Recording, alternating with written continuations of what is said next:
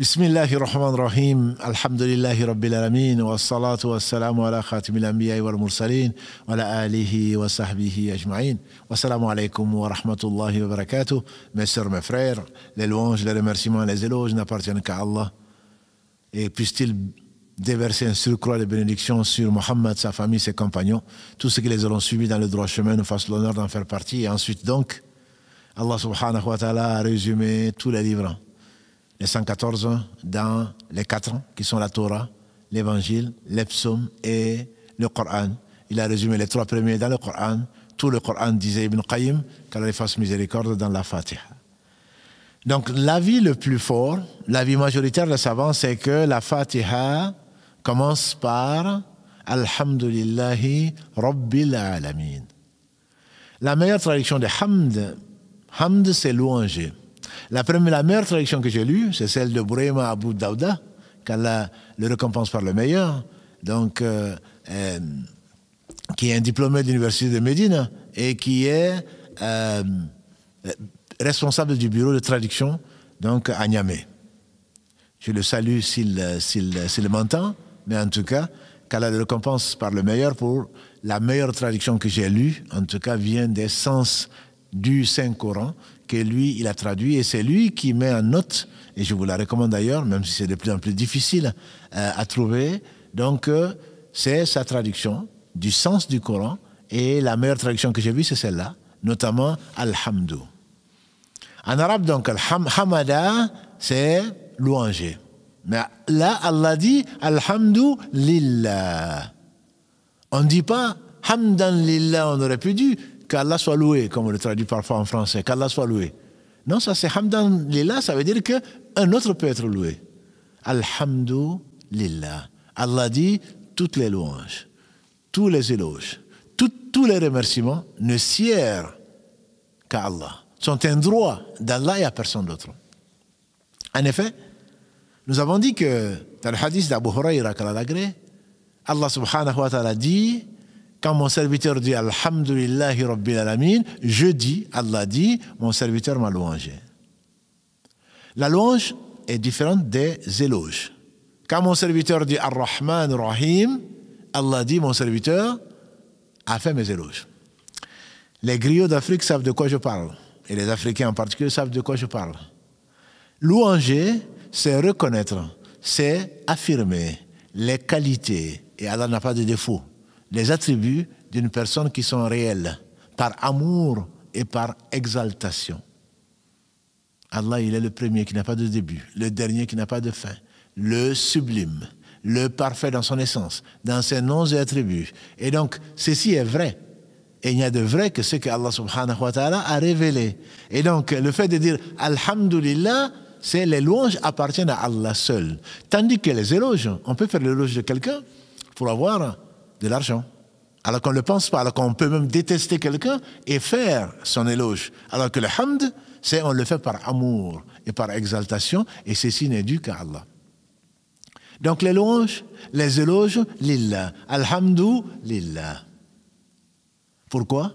Parce que souvent, quand le prophète nous a enseigné, et il nous a enseigné tout le bien, Allah lui a fait enseigner tout le bien quand on dit Subhanallahi wa bihamdihi, parce que Allah lui-même fait sa louange. Qu'on le loue, il est le digne de louange. Al-Hamid, c'est l'un des noms d'Allah subhanahu wa ta'ala. Et quel nom? Quel beau nom. Al-Hamid, le digne de louange. Parce que notre existence prouve qu'il est le digne de louange. Ses noms et attributs parfaits prouvent qu'il est le digne de louange. La création des cieux et de la terre prouve qu'il est le digne de louange. La foi qu'il a donnée aux hommes par rapport à d'autres créatures prouve qu'il est digne de louange. Notre obéissance, nous ne pourrons le faire que grâce à lui. La hawla wa la quwwata illa billah, il n'y a de force de mouvement que par Allah. Cela prouve que Allah est le digne de louange. Il doit être louangé, qu'on le fasse, qu'on ne le fasse pas. L'obéissance de l'obéissant prouve qu'il est digne de louange. La désobéissance dit désobéissant prouve qu'il est le digne de louange. Il est le patient. Satan lui a désobéi. Et pourtant, il a retardé pour faire quoi? Déverser un surcroît de miséricorde pour ses serviteurs croyants qu'il a choisi, qu'Allah nous compte parmi ceux-là. Le fait que tu désobéis, si Allah avait voulu, il t'aurait pris, on dirait, la main dans le sac. Tu es en train de désobéir, au moment où tu désobéis, Allah aurait pu te prendre la vie. Il n'a pas besoin d'ange. Il t'aurait envoyé l'ange de la mort, à ce moment-là, tu aurais su qu'il n'y a d'autres êtres dignes d'adoration que lui, mais ce serait trop tard. Ça prouve que tu es certainement ingrat, mais qu'il est digne de louange. C'est-à-dire, alhamdou, c'est reconnaître que Allah est parfait dans son essence, dans ses noms et attributs, dans tous ses actes, et il ne fait que le meilleur. Et donc, tout ce à quoi tu penses et tout ce à quoi tu ne penses pas prouve justement que Allah est digne de louange. Que l'on prenne ses noms les plus beaux. Et il a les noms sublimes. Al-Asma al-Husna, par lesquels tu le connais, qui te traduisent par ses actes. Et il aime des serviteurs qui le connaissent. Parce que tu ne peux pas aimer ce que tu ne connais pas. Et c'est pour cela que la connaissance d'Allah passe avant toute chose. Et quand tu dis Alhamdulillahi, souvent Allah subhanahu wa ta'ala conclut, après avoir détruit des peuples qui lui ont désobéi, il dit Bu'dan li Samoud walhamdulillahi rabbil alamin. Et que la louange d'Allah soit proclamée, elle l'est. Et Allah ne dit pas proclamer Sabbih isma rabbikal a'la, fasabbih Rabbika al-Azim, chante